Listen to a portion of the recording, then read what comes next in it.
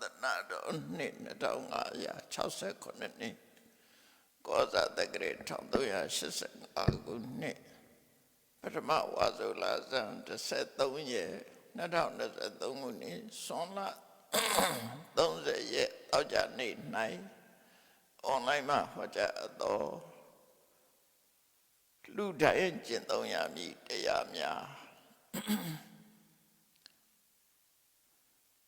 ဘုရားရဲ့အဆုံးအမတွေကလက်တွေ့ကျင့်သုံးရမယ်လိုက်နာရမယ်အချက်တွေပဲဖြစ်တယ်ဘုရားဘာသာပါ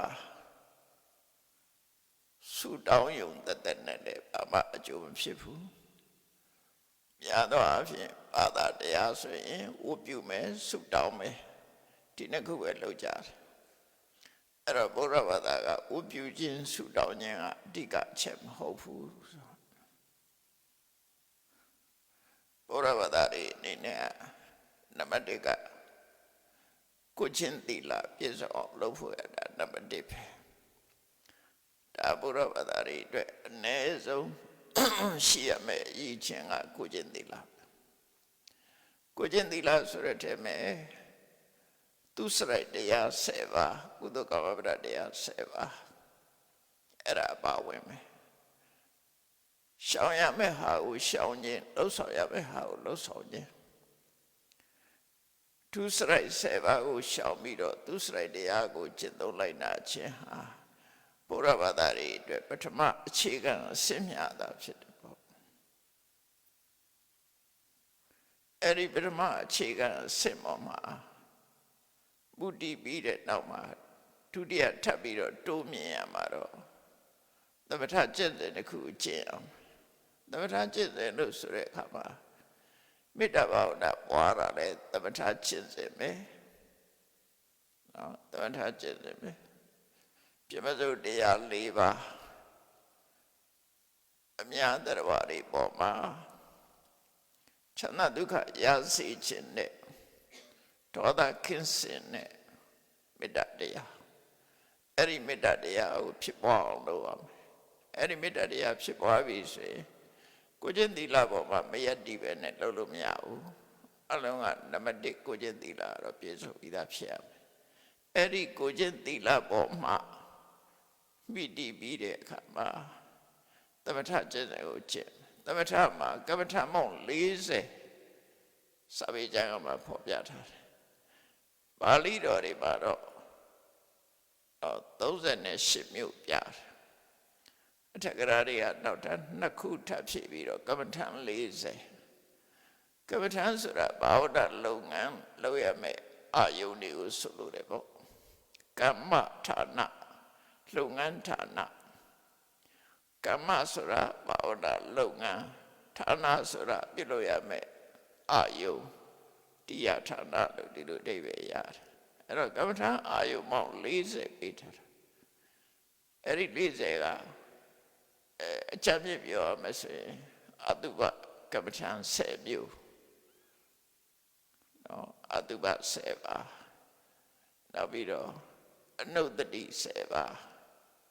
ကတိုင်း10ပါအဲ့ဒီတရားတွေကိုပြော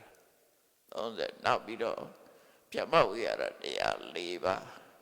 အပပိယ4ပါလို့ခေါ်တယ်ဩဝိရတရား4ပါနောက်ဓာတုကမ္မထံတကြီး4ပါအာရိပတိကုလတင်ညာ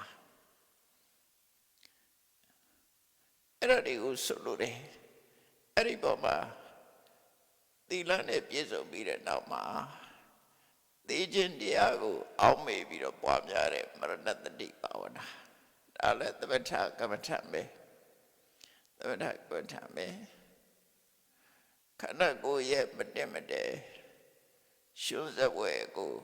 ဆင်ញင်သုံးသပ်တာလည်းပဲသမထကမ္မထပဲအဲ့တော့သမထကမ္မထဆိုတာဒီ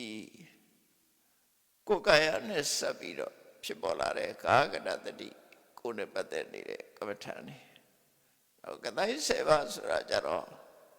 ဒီဓာတ်ကြီး4ပါးပါတယ်ပထဝီကတိုင်းအဘောကတိုင်းဒေဇောကတိုင်းဝါယောကတိုင်းနောက် အယောင်ကတိုင်းက၄ခုနီလပိတလောဟိတဩရဒအဲ့ဒီပေါ်မှာစိတ်ဝင်စားပြီးတော့တမာရီကိုထူထောင်တာအဲ့ဒါဘုရားဗဒရိယဒုတိယအဆင့်လောက်တာဖြစ်တယ်သီလကျင့်စဉ်ကျင့်ပြီးတဲ့အခါမှာသီလကကျင့်စဉ်ကိုဆင့်မြင်လိုက်တဲ့အခါတမာရီလုပ်ငန်းတစ်ခုလုပ်အောင်အကုန်လုံးလုပ်ရမယ်လို့ပြောတာမဟုတ်ဘူးကိုယ်နဲ့တင့်တော်တဲ့ကမ္မဋ္ဌာန်းတစ်ခုကိုလုပ်မယ်အာနာပါနလုပ်တာလည်းပဲသမထကမ္မဋ္ဌာန်းပဲထွက်လေဝင်လေမှတ်တယ်ဆိုတာအဲ့ဒါသမထကမ္မဋ္ဌာန်းပဲအဲ့ဒီအတေတမာရီထူတော့ကြတာအဲ့လိုကမ္မဋ္ဌာန်း40တဲ့ကတချို့စတယ်မပွားရတဲ့ကမ္မဋ္ဌာန်းလည်းရှိသေးတယ်ပေါ့နော်သူလမ်းစဉ်နဲ့အဲ့ဒီ40တဲ့ကကမ္မဋ္ဌာန်း40တဲ့ကမိမိနဲ့သင်လျော်မဲ့ကမ္မဋ္ဌာန်းတစ်ခုကိုခြေခံပြီးတော့ပွားများအထုတ်အဲ့ဒီပွားများအထုတ်မှုကဘယ်ဆင့်ထိလောက်ရမှာတော့ဆိုတော့စံတရားရသည်ထိအောင်လုပ်မယ်စံကအဆင့်40ရှိတဲ့ထဲမှာပထမဇန်ဒုတိယဇန်တတိယဇန်သုဒ္ဓဇန်အဆင့်40ရပေါ့ရအောင်မြင်သည်ထိအောင်လုပ်လို့ရှိရင်ဒါကသမထကမ္မဋ္ဌာန်းထွတ်တိတ်ရောက်တယ်လို့ဒီလိုပြောအောင်အဲ့ဒီဇန်ရဲ့ရလကတော့ဘာလို့ဆိုအဘိညာဉ်တကူအမျိုးမျိုးဖန်ဆင်းနိုင်မှုဒေဝစက္ခုတို့ဒေဝသောတာတို့အဲ့ဒါကဒီတမာရီရဲ့အကျိုးကအဘိညာဉ်ပဲနော်ဖန်ဆင်းနိုင်တယ်ပြည်ကြီးတဲ့ရှိုးလို့ရတယ်ကောင်းကင်ပြတ်တယ်လို့ရတယ်ဆိုတော့အဲ့ဒီအမျိုးမျိုးတကူဆံအမျိုးမျိုးပြနိုင်တာအဲ့ဒါအဘိညာဉ်ပဲတမာရီရဲ့နောက်ဆုံးအဆင့်ကတော့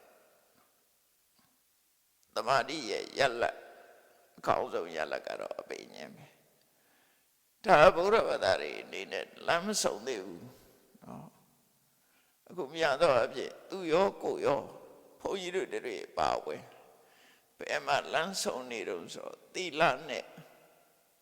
တမာရီနဲ့ပါသီလမှာပဲလမ်းဆုံးနေကြတာများတယ်ပေါ့နော်တမာရီသမထကျင့်စဉ်ထီအောင်ရှောက်တာတော်နေတယ်ဟိုပေါ့ရအောင်ပြောတာ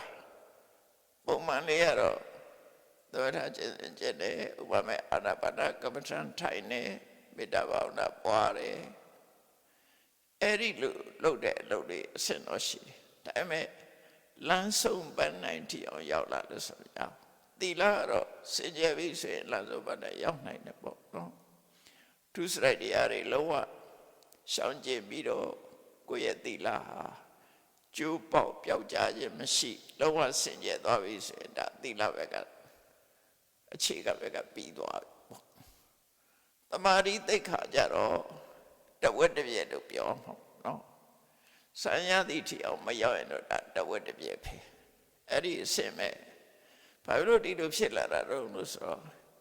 တရားရည်ရဲ့ဆွေးရမှုခုမှဆွေးရတာမဟုတ်ဘူးမြတ်စွာဘုရားလက်ထက်တုန်းကလေးကရဟန်းတွေကလည်းသတိထားပြီးကြတယ်ရှင်သာရိပုတ္တရှင်မကတ္တဗတို့သတိထားမိကြတယ်တော်တော်များများသတိထားမိကြတယ်လို့ဆိုလို့တယ်ဘာနဲ့ပတ်သက်ပြီးသတိထားမိတော့ဆိုသာသနာတော်စတင်လာတဲ့အချိန်တုန်းကတဲ့စီကံဥပဒေတွေကနည်းနည်းပဲရှိတယ်စီကံထုတ်တာနည်းနည်းပဲရှိတယ်ဒါပေမဲ့တရားသူတရားပြရတဲ့ပုဂ္ဂိုလ်တွေများတယ်ယန္နာဖြစ်တဲ့ပုဂ္ဂိုလ်တွေများတယ်သာသနာစတင်နေဆိုတော့ဘုရားရဲ့ပထမဝါ20လို့ပြောအောင်မှာဖြစ်တယ်အဲ့ဒီပထမဝါ20သာသနာတော်မှာအကောင်းဆုံးအချိန်ပဲမြတ်စွာဘုရားကိုယ်တိုင်ကိုယ်ကသူ့ရဲ့အဆုံးအမသာသနာနဲ့ပတ်သက်ပြီးယဟန်တွေပေါ်မှာစိတ်တိုင်းကြဖြစ်တဲ့အချိန်ပဲနော်မြတ်စွာဘုရားရဲ့စိတ်တိုင်းကြအောင်မြင်တဲ့အချိန်ဒါထာဝရရဖို့တော့မဖြစ်နိုင်ဘူးမြတ်စွာဘုရားကဘာဖဲဖြစ်တာကိုကျန်တဲ့ယဟန်တွေတပိသာဝကတွေဘာဖဲဖြစ်ဖို့ဆိုတာရှိမှမရှိဘူး nobody perfect ဆိုတဲ့အတိုင်းပဲနော်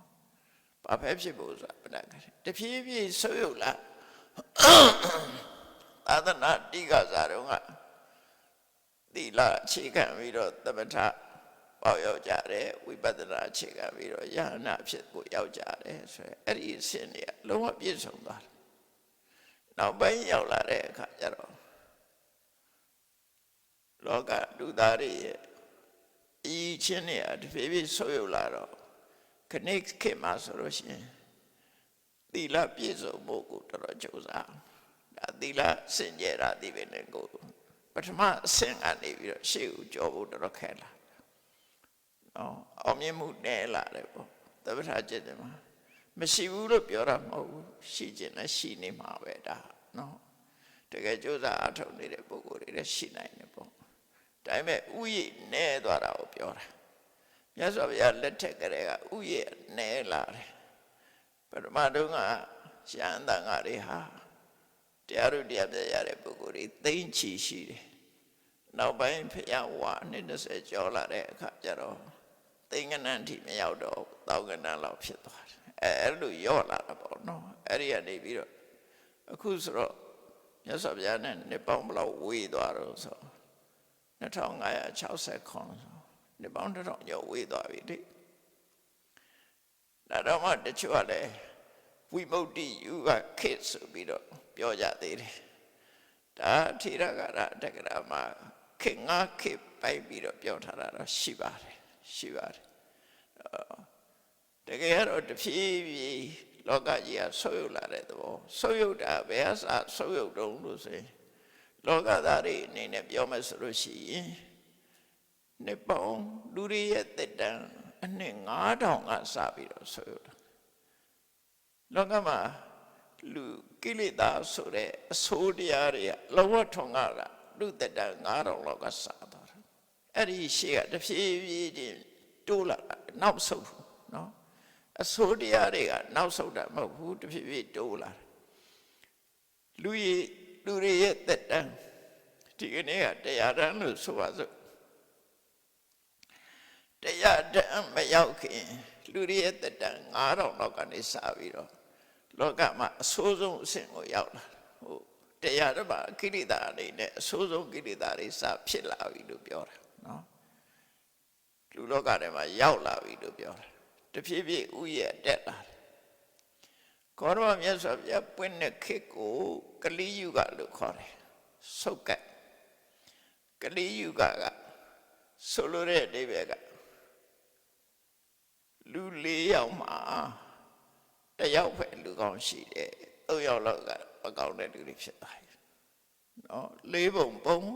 3ပုံကအဆိုးတစ်ပုံပဲကောင်းတယ်မာနဲ့ဥပမာပေးထားတော့ဆို4ချောင်းတော့စဝဲကြီးမှာခြေတော့3ချောင်းကျိုးနေပြီကဲခြေစဝဲတစ်ခုကိုခြေတော့3ချောင်းချိုးထားလိုက်ပဲဆိုဘလို့နေစောင်းနဲ့စောင်းမယ်လှုပ်လဲလှုပ်နေမယ်နော်တည်ငြိမ်မှုဆိုတာမရှိဘူးအဲ့ဒီချိန်မှာမြတ်စွာဘုရားပွင့်တာကလိယုတ်မှာပွင့်နေစားအဲ့ဒီချိန်မှာခေကြီး4ခေတတ်မှတ်ထားတာရှိတယ်ပထမဆုံးအကောင်းဆုံးခေကတော့ကတ္တခေလို့ခေါ်တယ်ခေဆိုတာအပိုင်းခြားကိုပြောတာကတ္တခေကလူ4ယောက်မှာ4ယောက်စလုံးကောင်းတယ်လုံးဝပါဖဲဖြစ်တယ်အဲ့ဒီချိန်မှာကိုကျင့်တရားကောင်းကြတယ်တရိတာဆိုတာဒုတိယခေကိုတရိတာလို့ခေါ်တယ်အဲ့ဒီတရိတာခေရောက်တဲ့အခါကျတော့4ပုံပုံ1ပုံလောက်ကပြက်လာတယ်3ပုံလောက်ပဲကောင်းတယ်အဲ့ဒီတဖြည်းဖြည်းလှုပ်လာနော်ဒွါပရဆိုတဲ့ခေရောက်တဲ့အခါကျတော့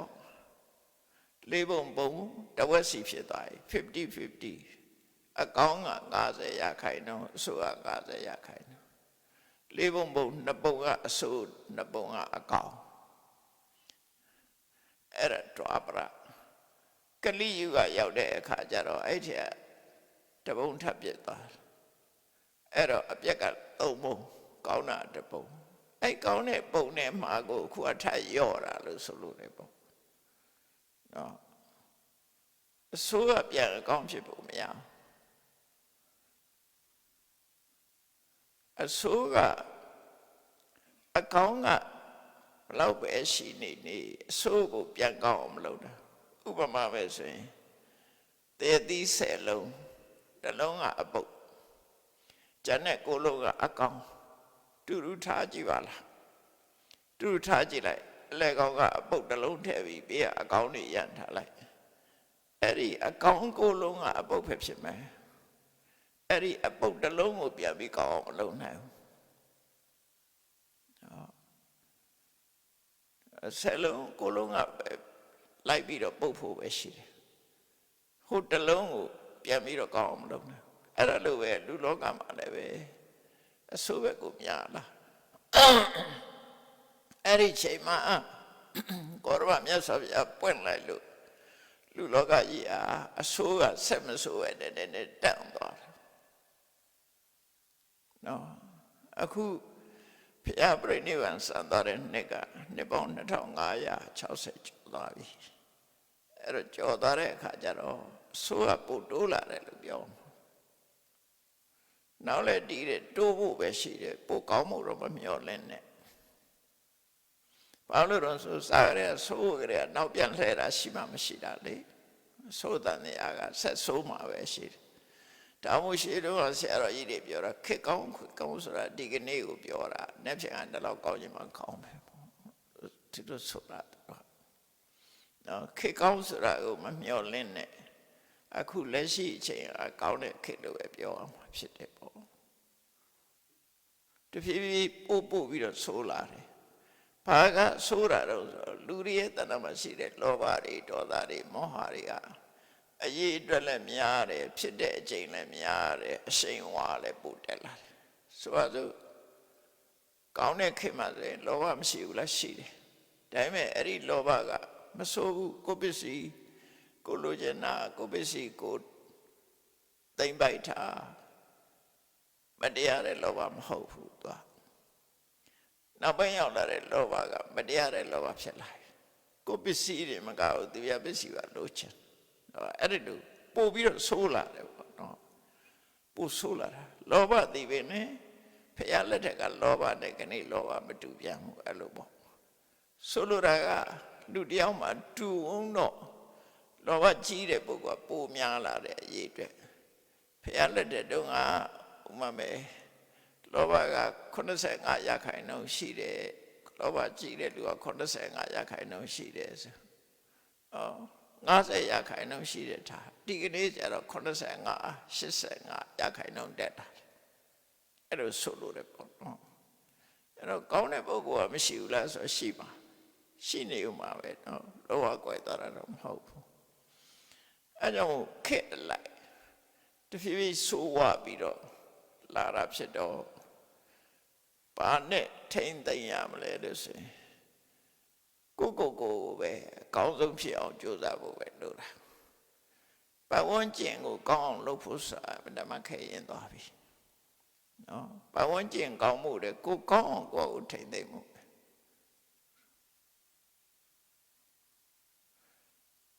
ကိုကောင်းအောင်ထိမ့်သိမ့်မှုအတွက်ကမြတ်စွာဘုရားဟောတာတဲ့တရားတွေတိုင်းလိုက်နာချက်သုံးမှုပဲအဲ့တော့သီလကိုအခြေခံတယ်ပထမအဆင့်သီလအခြေခံပြီးတော့သမထကျင့်နေကိုကျင့်နေသေးတယ်ဆိုရင်ဒါဒုတိယပဲပါရောက်နေသေးတယ်လို့ပြောစံပင်ညင်ထီအောင်ရောက်ရင်တမရိပါဘာဖဲဖြစ်ပြီ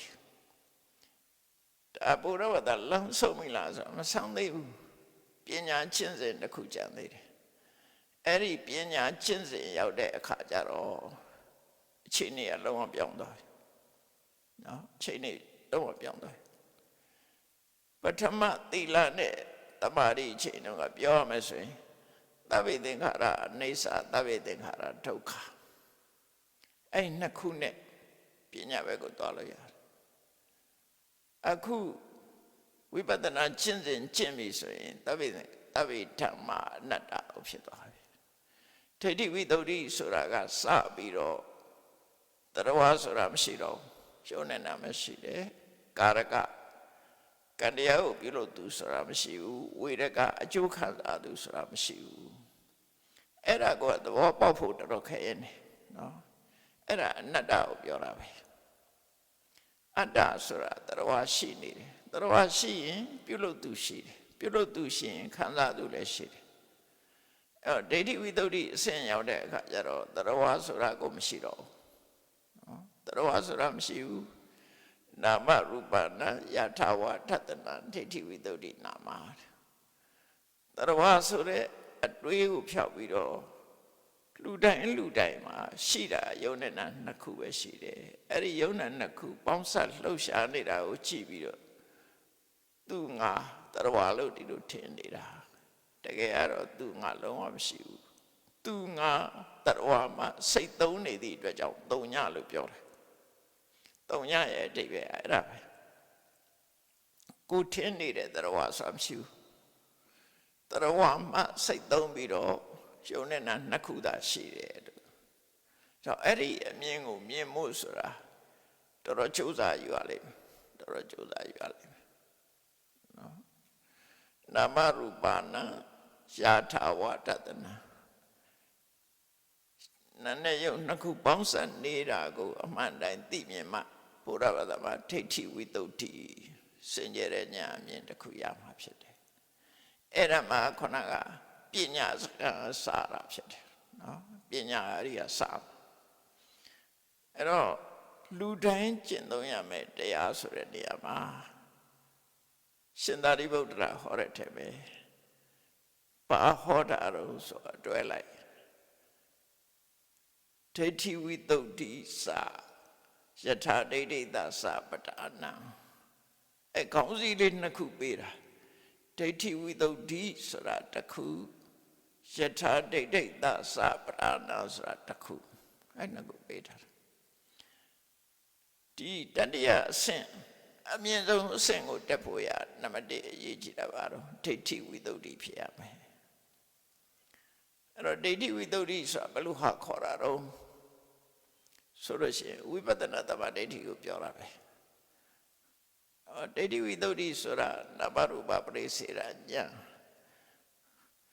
ပညာภูမိလို့ဆိုတဲ့ဒီအဆင့်နဲ့ပြောတဲ့အခါကျတော့ပညာภูမိဆိုတာ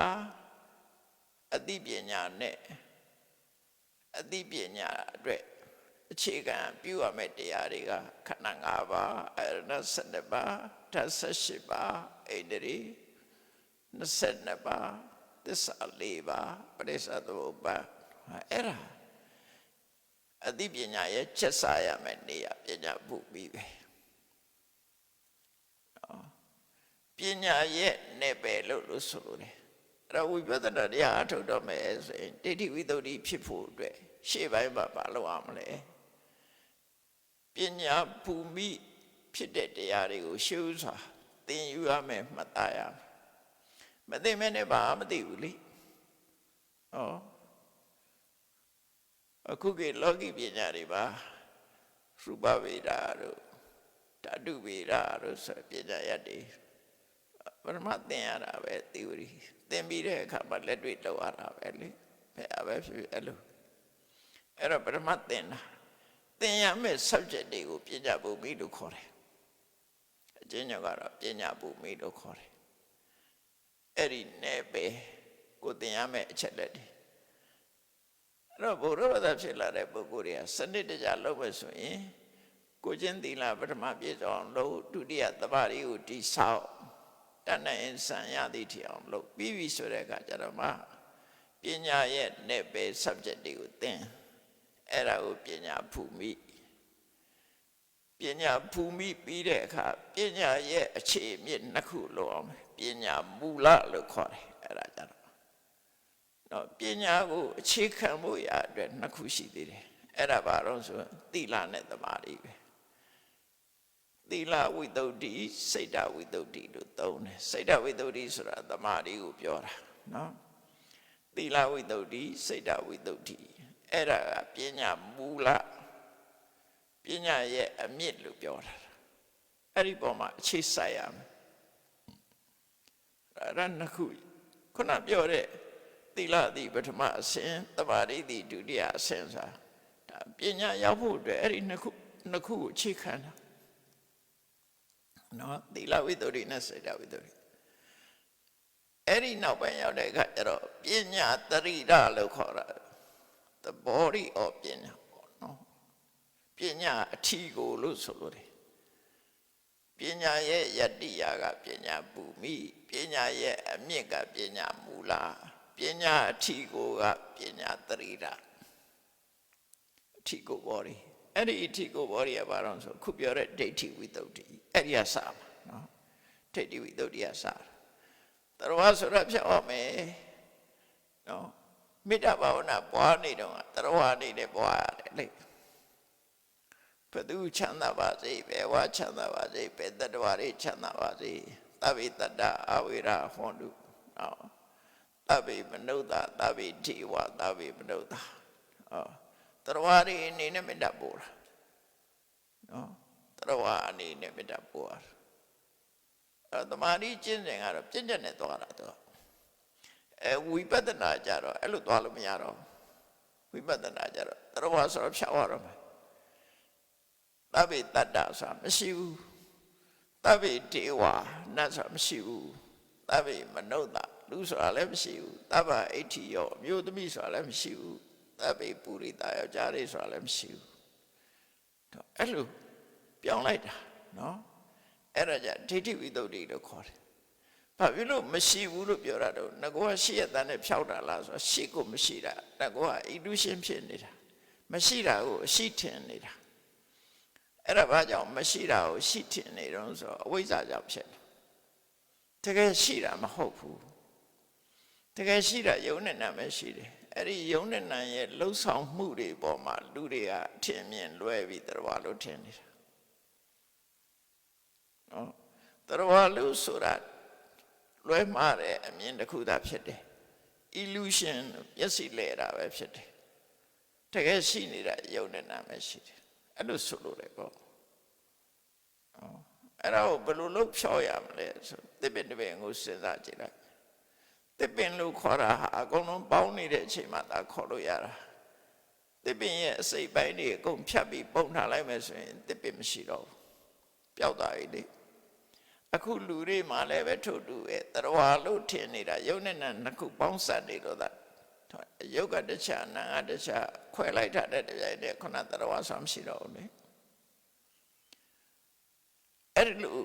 မြင်အောင်မြင်သွားတဲ့အသိဉာဏ်ကြတော့မှဒိဋ္ဌိဝိတ္တုလို့ခေါ်တယ်သဘာဝတရားတသက်ကိုသာမြင်နေနော်ခုနတရားဆိုတဲ့အတွေ့လုံးဝမရှိတော့ဘူးတရားဆိုတာမရှိသည့်အတွက်ကြောင့်ပြုလို့သူဆိုတာလည်းမရှိဘူးအကြောင်းအားလျော်စွာနော်သူဆိုင်ရာအကြောင်းကြောင့်အကြောင်းတရားရဲ့ဖြစ်မှုသာရှိတယ်ခံစားသူဆိုတာမရှိဘူးအကျိုးပေါ်တာများသာဖြစ်တယ်အလုံးကသဘာဝတရားတသက်အဲ့ဒါကို phenomena လို့ခေါ်တယ်သဘာဝတရားတသက်ပဲအဲ့ဒါကိုသူ့ရဲ့ငါရဲ့ဒီလိုလွဲမှားစွာထင်တာလွဲမှားစွာထင်နေတာအဲ့ဒီလွဲမှားစွာထင်နေတဲ့အထင်ကိုပျောက်အောင်လုပ်အောင်ခုနသမထလုပ်နေတော့မပျောက်ဘူးအထူးသဖြင့်မေတ္တာပွားနေတဲ့ဆိုရင်လူအနေနဲ့မေတ္တာပွားတာအဲ့ဒါကိုဖြောက်ရမယ်သူကနော်အစစ်မှမဟုတ်ဘူးလူရှိတာကအစစ်မှမဟုတ်ဘူးသို့တော့လည်းပဲနှစ်ခုနဲ့တွက်မယ်ဆိုရင်သူကသမ္မုဒိလည်းပဲနဲ့ပရမတ္ထလည်းပဲသမ္မုဒိသစ္စာပရမတ္ထသစ္စာနှစ်ခုလောကလူတွေရဲ့အသုံးနှုန်းတိုင်းဆိုရင်မှန်တယ်ဒါမျိုးသားဒါမျိုးသမီးဒါကလူဒါကနတ်နော်လောကလူတွေကဒါကိုအမှန်တရားဖြစ်လက်ခံထားတယ်သို့တော့ပရမတ္ထလည်းပဲရောက်တဲ့အခါကျအဲ့ဒါအမှန်မဟုတ်တော့စစ်ဆေးလိုက်တဲ့အခါကျတော့ပျောက်သွားမှန်မဟုတ်ဘူးအဲ့လိုဆိုလို့တယ်ပေါ့နော်အဲ့တော့အမှန်တရားဆိုတာအသိဉာဏ်နဲ့ရှာရင်ရရမယ်မပျောက်ရဘူးရှိနေရမယ်အသိဉာဏ်နဲ့သိနိုင်ရမယ်တေချာတွေးစားလိုက်လို့ပျောက်သွားလို့ရှိရင်ဒါအမှန်တရားမဟုတ်တော့မရနိုင်ဘူးအထင်မြင်သာဖြစ်သွားတယ်လို့တို့ဆိုလို့တယ်အဲ့တော့ဒိဋ္ဌိဝိတ္တုဆိုတာယုံနဲ့နာနှစ်ခုသာရှိတယ်တရားဆိုတာမရှိဘူးဒ ဒီနှစ်ခုပေါင်းစပ်ပြီးတော့လှုပ်ရှားပြောဆိုသွားလာနေတာသာဖြစ်တယ်ဒီကြားထဲမှာတရားဝဆိုတာမရှိဘူး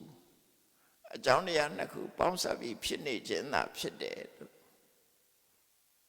အဲ့လိုမြင်တာဒိဋ္ဌိဝိတ္တုပဲအဲ့ဒါကြောင့်ဝိတ္တုမဲ့ကြတော့နာမရူပနာယထာဝတ္တနာဒိဋ္ဌိဝိတ္တုနာမနာယုတ်တာရှိတယ်လို့အမှန်တိုင်းမြင်တာကဒိဋ္ဌိဝိတ္တုအဘိဓမ္မာသင်္ဃာကျမ်းကြတော့လက္ခဏာရတပစ္စုပ္ပထာနာပရဒနာဝတိနာနာမရူပပရိက္ခောအတိညာနဲ့နော်အမှတ်အသာကိစ္စ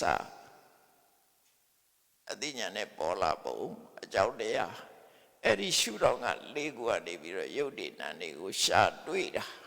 ရှာတွေ့နိုင်တဲ့အတိညာသည်ဒိဋ္ဌိဝိတ္တုလို့ဆိုတူတူပဲဒိဋ္ဌိအတူတူပဲကျန်တာကတရားဝဆိုတာရှာမတွေ့ဘူးဒီထဲမှာ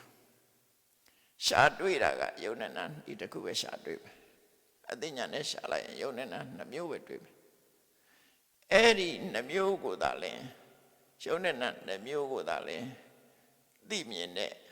အတိညာသည်ဒိဋ္ဌိဒိဋ္ဌိဆိုတာဓတ္တနာပဲအမှန်မြင်ခြင်းလို့အဓိပ္ပာယ်ရတယ်ဒီနေရာမှာမိစ္ဆာဒိဋ္ဌိနဲ့မဆိုင်ဘူးဒီစကားလုံးကတော့ဒိဋ္ဌိဆိုတာအမှန်မြင်ခြင်းအတိညာဒိဋ္ဌိနဲ့ဓတ္တနာတူတူပဲမြင်တယ်ဝိတ္တုဆိုတာမှားတဲ့အမြင်တစ်ခုကိုဖယ်ရှားပစ်နိုင်တယ်မှားတဲ့အမြင်ကိုတန်ရှင်းစိတ်ကြောပေးလိုက်နိုင်တယ်ဒါကြောင့်မလို့ဒိဋ္ဌိဝိတ္တုဆိုတာအမှန်မြင်ခြင်းကအမှားကိုရှင်းပစ်တယ်လို့ဆိုလိုတယ်အမှန်မြင်ခြင်းကအမှားဆိုတာကိုရှင်းနဲ့ဖယ်ရှားပစ်တယ်တန်ရှင်းစိတ်ကြောပြစ်နိုင်တယ်ဆိုတော့ဒီအဓိပ္ပာယ်နဲ့ဒိဋ္ဌိဝိတ္တုလို့ခေါ်တာသို့တော်အဲ့ဒါတော့အင်္ဂလိပ်လိုပြန်တဲ့အခါကျတော့အလွယ်ပြန်ကြတယ် purifications of view လို့ပြန်အဲ့ဒါဒီစာပေက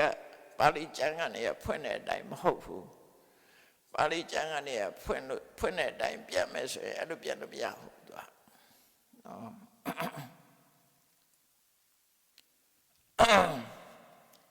သူက the view that purified the knowledge purified view ဒီလိုပဲပြန် knowledge that purified view အသိဉာဏ်ကိုဆိုလိုတာသူကအဲ့တော့ဒိဋ္ဌိဝိတ္တုဆိုတာအသိဉာဏ်ကိုပြောတာ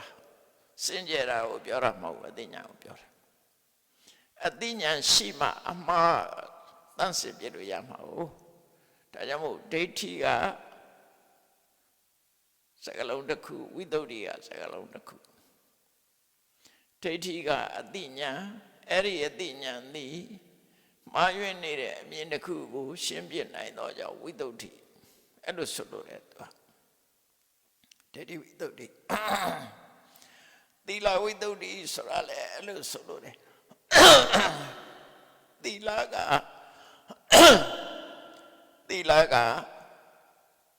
လမရှိခြင်းဆိုတဲ့အကုသိုလ်ကိုသုတ်သင်ဖယ်ရှားပြလို့သီလဝိတ္တုလို့ခေါ်တယ်သီလကကောင်းတဲ့သီလအကျင့်တရားအဲ့ဒီအကျင့်တရားသည်အကျင့်သီလခင်မဲ့ခြင်းဆိုတဲ့အညစ်အကြေးကိုတန်ရှင်းစေသောကြောင့်သီလဝိတ္တုစိတ်ဓာတ်ဝိတ္တုဆိုတာလည်းထို့တူပဲသမာဓိစိတ်ဓာတ်ဆိုတာဒီနေရာသမာဓိကိုပြောတာသမာဓိကသမာဓိရဲ့အညစ်အကြေးတွေကိုသုတ်သင်ရှင်းလင်းပြလို့စိတ်ဓာတ်ဝိတ္တုလို့ခေါ်တာဒီမှာလည်းပဲဒိဋ္ဌိဝိတ္တုဆိုတာဒိဋ္ဌိဆိုတဲ့အသိဉာဏ်သည်မှားယွင်းတဲ့အမြင်ကိုရှင်းလင်းပြလို့ဒိဋ္ဌိဝိတ္တုလို့ခေါ်တာအဲ့ဒါကိုဒီနှစ်ခုတွဲပြတယ်ဒိဋ္ဌိဝိတ္တုနော်မှန်ကန်သောအမြင်သည်မှားယွင်းသောအမြင်တွေကိုရှင်းလင်းပေးတယ်ဒါကြောင့်ဒိဋ္ဌိဝိတ္တုအဲ့ဒါဝိပဿနာတရားထုတ်ပြီးဆိုလို့ရှိရင်ဒိဋ္ဌိဝိတ္တုရင်ဖြစ်ရမှာသူကဒါကြောင့်မို့လို့ယုံနာတာရှိတယ်တခြားမရှိဘူးဆိုတာကိုသိကြလောက်အောင်ကွာကိုစစ်ဆေးပြီးအချင်းချင်းထပ်သင်ယူခြင်းမှတ်သားခြင်းကြားနာခြင်းလက်တွေ့ဆင်ခြင်သုံးသပ်ခြင်းဖြင့်ယုံနဲ့နာကလွယ်၍တခါမရှိဘူးဆိုသိအောင်လို့အဲ့ဒါကိုဆိုလို့ပေါ့နော် တဘာဆိုတဲ့အတွေ့ကိုပြောက်အောင်လို့အဲ့ဒါပြောက်ဖို့ရအတွက်ကြိုးစားအထောက်အမယ်ဒီတိုင်းတော့ပြောက်မှာမဟုတ်ဘူးဒါကြောင့်မို့နောက်ကဆက်တာလားယထာဒိဋ္ဌိသသပဒနာအဲ့ဒီစင်ကြယ်တဲ့အမြင်အတိုင်းလုံလဝိရိယနဲ့ကြိုးစားအထောက်ပါအဲ့တော့ဒိဋ္ဌိဝိတ္တုကပညာအဲ့ဒီပညာရဖို့အတွက်အလုပ်လုပ်ပါလို့ပြောတာဒီနှစ်ခုကတရားအထောက်ပါအဲ့ဒီအမြင်နဲ့ရှေ့ဆက်ကြိုးစားပါလို့ဆိုလိုတယ်အဲ့ဒီအမြင်ပေါ်ရပ်တည်ပြီးတော့ကြိုးစားပါယထာဒိဋ္ဌိကိုမြင်ထားတဲ့အမှန်အမြင်တိုင်းပရဏံကြိုးပါအထောက်ထင်ဒါဝိရိယကိုပြောတာနော်ဝိရိယ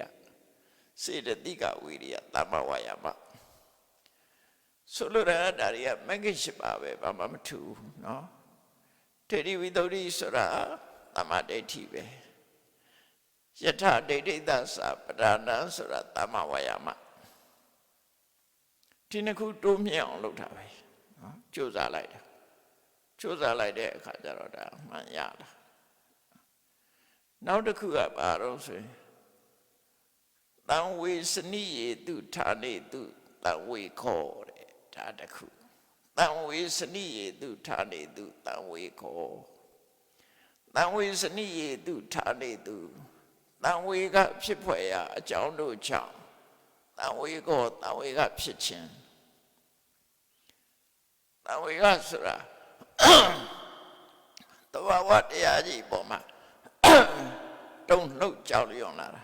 ဟိုဒေါသနဲ့ကြောက်တဲ့တဆေးကြောက်တဲ့အကြောင်းမျိုးမဟုတ်ဘူးနော်တဆေးကြောက်တဲ့အကြောင်းမျိုးကြောက်เสียကြီးလို့မြင်လာတံဝေစနိယေတုတံဝေကဖြစ်เสียဖြစ်တဲ့ဌာနေသူအကြောင်းတရားတို့ကြောင့်တံဝေကိုစိတ်ထဲမှာတံဝေကဖြစ်ခြင်းအတိညာဖြစ်ခြင်းဒီတံဝေကအတိညာနော်ဝတ္တပနဲ့ရှင်တဲ့အတိညာဒေါသအကြောင်းမဟုတ်ဘူးနော်အတိညာဖြစ်တာကြောက်เสียလို့မြင်တာဟာဒါထိတ်လန့်တာပဲပေါ့နော်ကြောက်เสียလို့မြင်တာ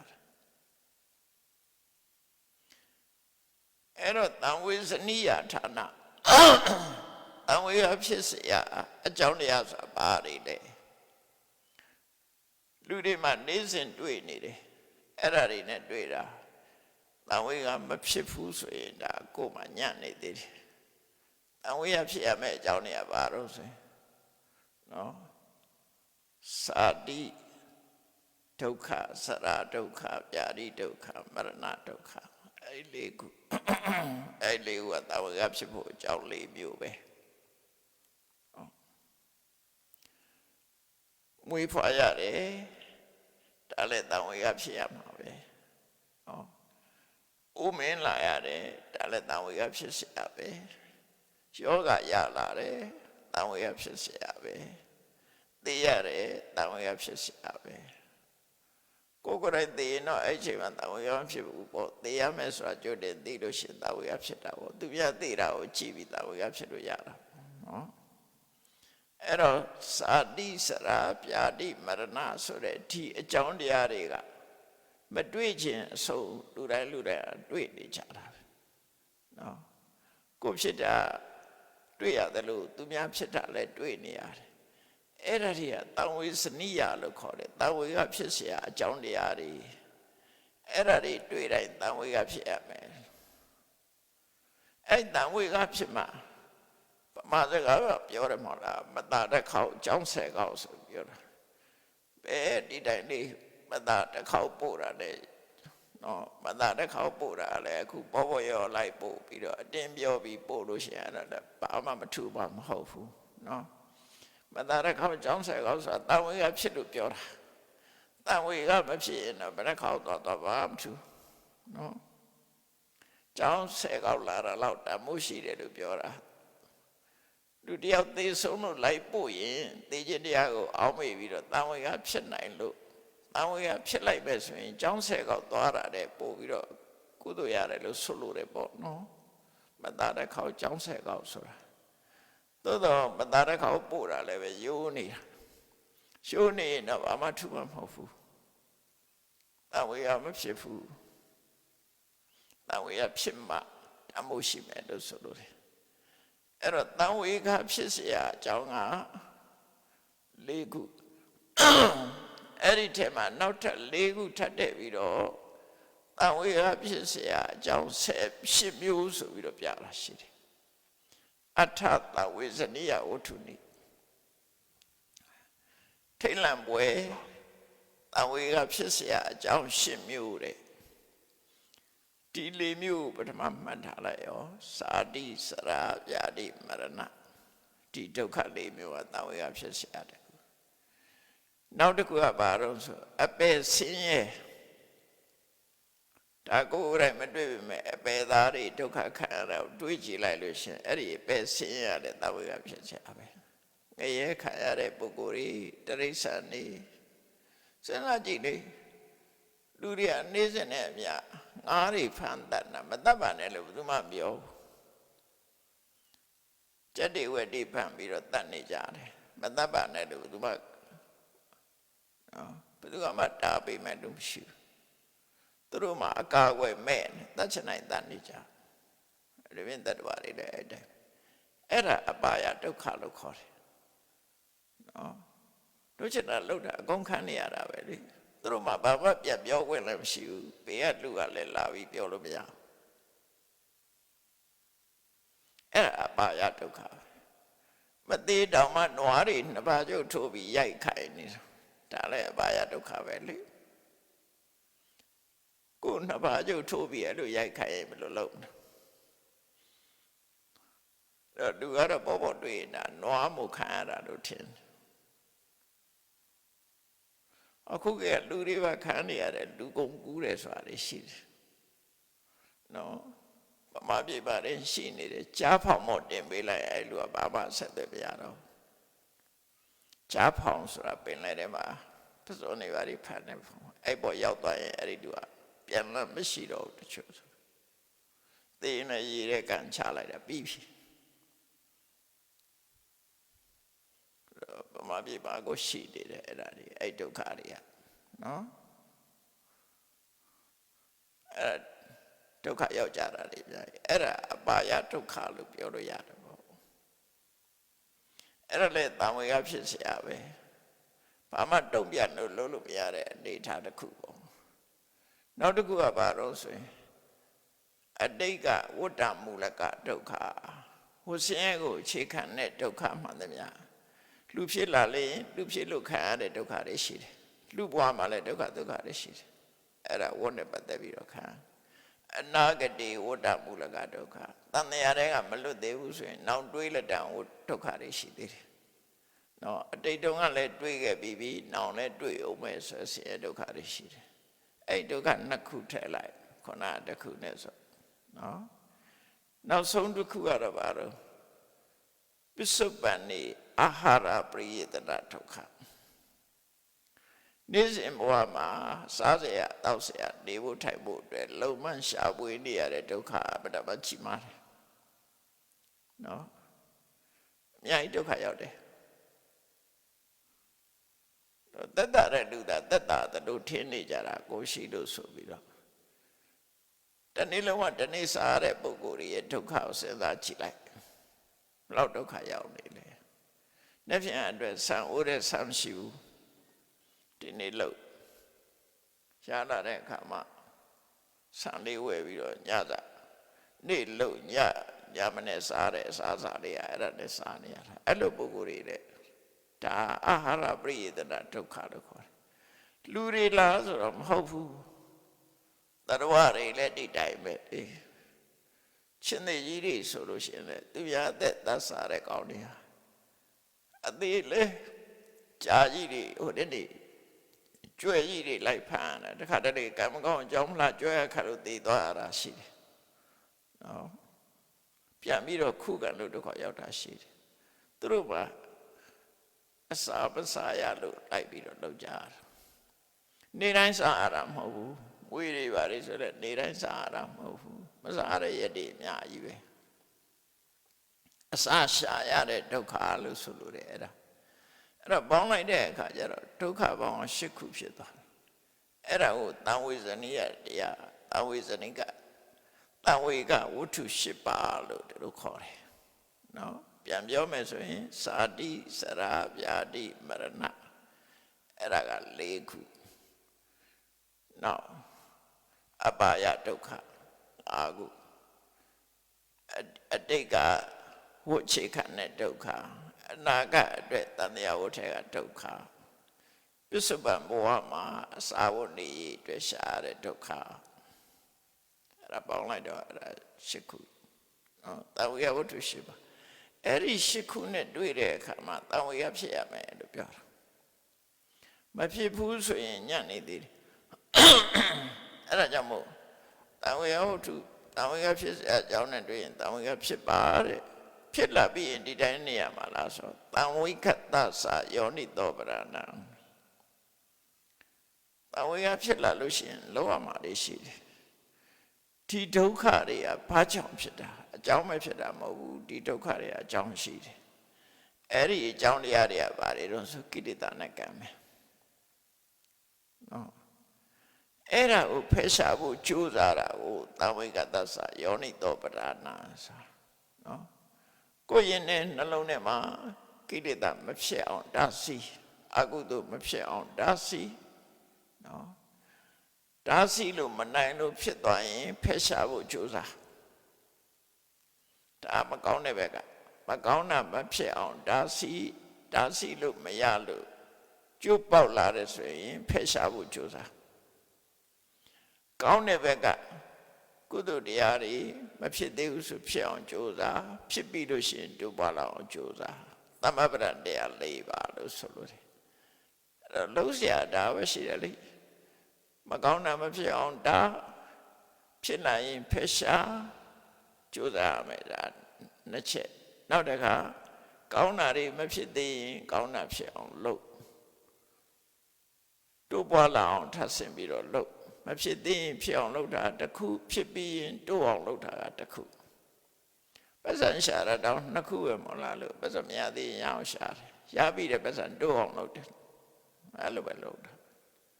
အဲ့တော့ကုသိုလ်ကနဲ့ပတ်သက်ပြီးတော့မရသေးရင်ရအောင်လုပ်ရပြီးရင်တိုးအောင်လုပ်အဲ့ဒီကြိုးစားမှု၄ရပ်ကိုတံဝိကတ္တသယောနိသောပရဏံတံဝေကဖြစ်တဲ့အခါမှာယောနိသောရှိရမယ်လို့ဆိုဒီလိုဆိုလို့တယ်နောက်တစ်ခုကတော့အတ္တန်ဒုဋ္ဌိသာကုသရေတုဓမ္မေတုကုသိုလ်တရားနဲ့ပတ်သက်ပြီးတော့ရောင်းရဲတင့်တယ်မှုမရှိနဲ့ကျင့်တ်မနေနဲ့လမ်းဆုံးထိအောင်သွားဥပမာမယ်သီလသမာဓိပညာဆိုဆိုငါတော့သီလလုံခြုံပြီဆိုရင်မကျင့်နဲ့သမာဓိဖြစ်အောင်လုပ်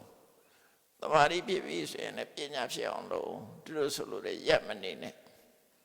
နောက်ဆုံးမှာအရတ္တမဲ့ကုသိုလ်မယောင်မချင်းရက်မနေနဲ့လို့ပြောတာအဲ့ဒါကိုအတ္တန်ထုတ်တိတာရှိတာလေးနဲ့မကျင့်နိုင်ရဘူးလို့ပြောတယ်ကျင့်နေလို့ရှိရင်ဒီပုဂ္ဂိုလ်ရှိတိုးတက်လာမရှိတော့ဘူးလေတိုးတက်လာမရှိဘူးဒါကြောင့်ကုသိုလ်နဲ့ပတ်သက်လာလို့ရှိရင်နဲ့ကျင့်အားရမှုမရှိပါနဲ့တင့်တိမ်မသွားပါနဲ့ဆက်လုပ်ပါလို့ပြောတာကောင်းတာဆိုရင်ရက်မနေနဲ့ဆက်လုပ်လို့ပြောလို့တယ်အပတိဝါနိတာသပရဏတမေကမ္မထာလို့အထုတ်ပြီးဆိုလို့ရှိရင်တော့တဲ့နော်မရမချင်းကြိုးစားမရနဲ့တဲ့ဒါလည်းတူတူပဲခုနကုသိုလ်တရားတွေနဲ့ပတ်သက်ပြီးတော့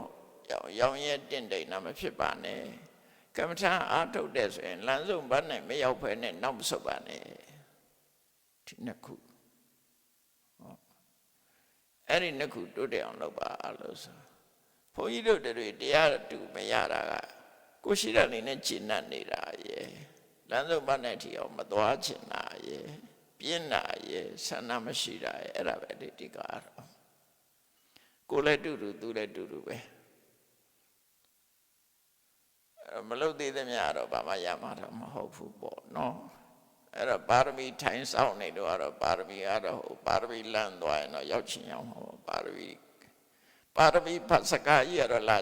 မှာပဲနိဗ္ဗာန်ဖတ်စကားကတော့မလာဘူးနော်ပါရမီထိုင်ဆောင်နေပါရမီကားဆိုတာရင်တော့ရှိတယ်လေအဲ့ကားတော့ရောက်ချင်ရောက်လာမှာအဲ့ဒါပါရမီဆိုတာကိုဖြစ်နေမှပြည့်တာပေါ့နော်အဲ့ဒီဝါမပြည့်သေးဆိုရင်နောက်ဘဝ လုံးနေတာဆိုရင်တော့ဒါအပြစ်ပြောလို့မရဘူးလေဘာလို့လဲဆိုတော့မဲ့တယ်ဆိုတာအချိန်ကြာမှမဲ့တာလေဆိုပါစို့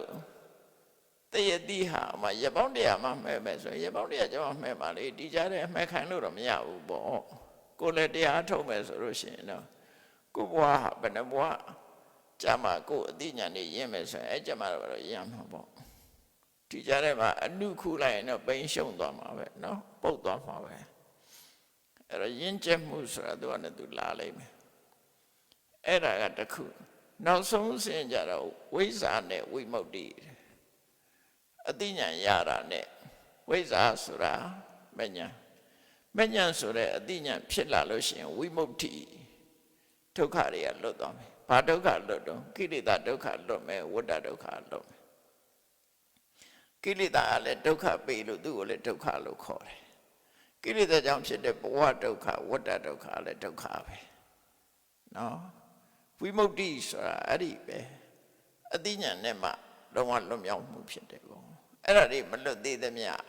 တန်တရားကမပြည့်စုံသေးဘူးအဲ့တော့ဘုရားဘာသာရဲ့လမ်းဆုံးပန်းနိုင်ကဝိဇ္ဇာနဲ့ဝိမု ക്തി ပဲဒီတတွဲနဲ့သွားတာအသိဉာဏ်ကရတ္တမေထီအောင်ရောက်သွားပြီဆိုရင်ဝိမု ക്തി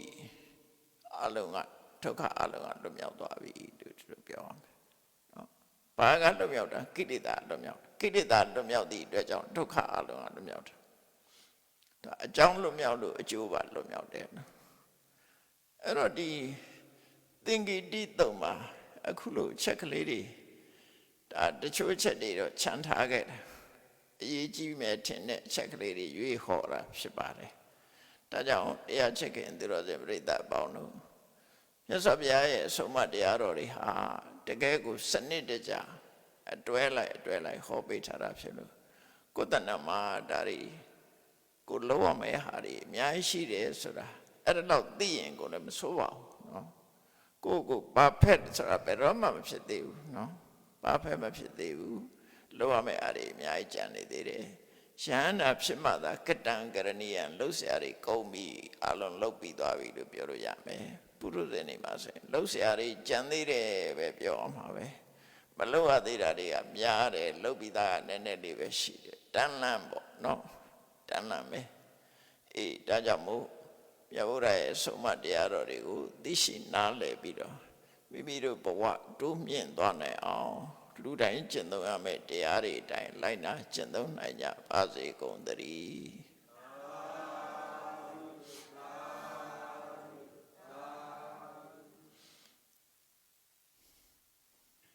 ရှိတဲ့ချာရှင်ဖေယ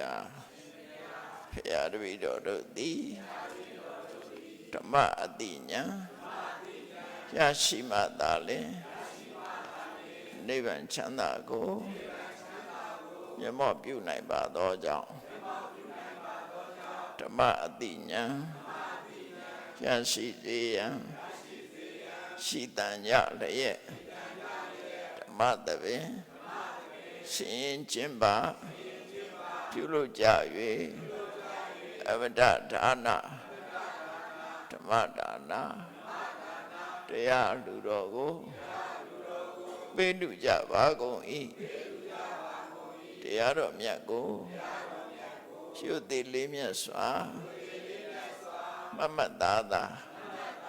အာယုန်ထားလျက်နာကြားကြပါကုန်၏တရားတော်မြတ်ကိုတတ္တဗဝတ္ထုအစုစုတို့ဖြင့်ပူဇော်ကြပါကုန်၏ယနေ့ယခုအထုပြုလို့ကြရသောဤကောင်းမှုဤကုသိုလ်စုစုသည်နိဗ္ဗာန်ချမ်းသာ၏အကြောင်းထောက်ပံ့ဖြစ်ပါစေတည်းဤကောင်းမှုဤဖို့ပါကကိုအမိအဖာအဖို့ဖွာဆွေမျိုးညတိတို့အားကုသိုလ်အမြတ်ဝေငှပါကုန်၏သာသနာတော်ဆောင်နှင့်လောကဆောင်နှင့်တို့အားကုသိုလ်အမြတ်ဝေငှပါကုန်၏ သ 30 ဘုံချင်းဒီကုန်သောလုံးစုံများစွာတတ္တဝါတို့သည်ကုသိုလ်အမြတ်ကိုယ်စီရကြကုန်သည်ဖြစ်၍ကိုယ်စိတ်နှပြချမ်းသာကြသည်ဖြစ်ကြပါစေကုန်သတည်း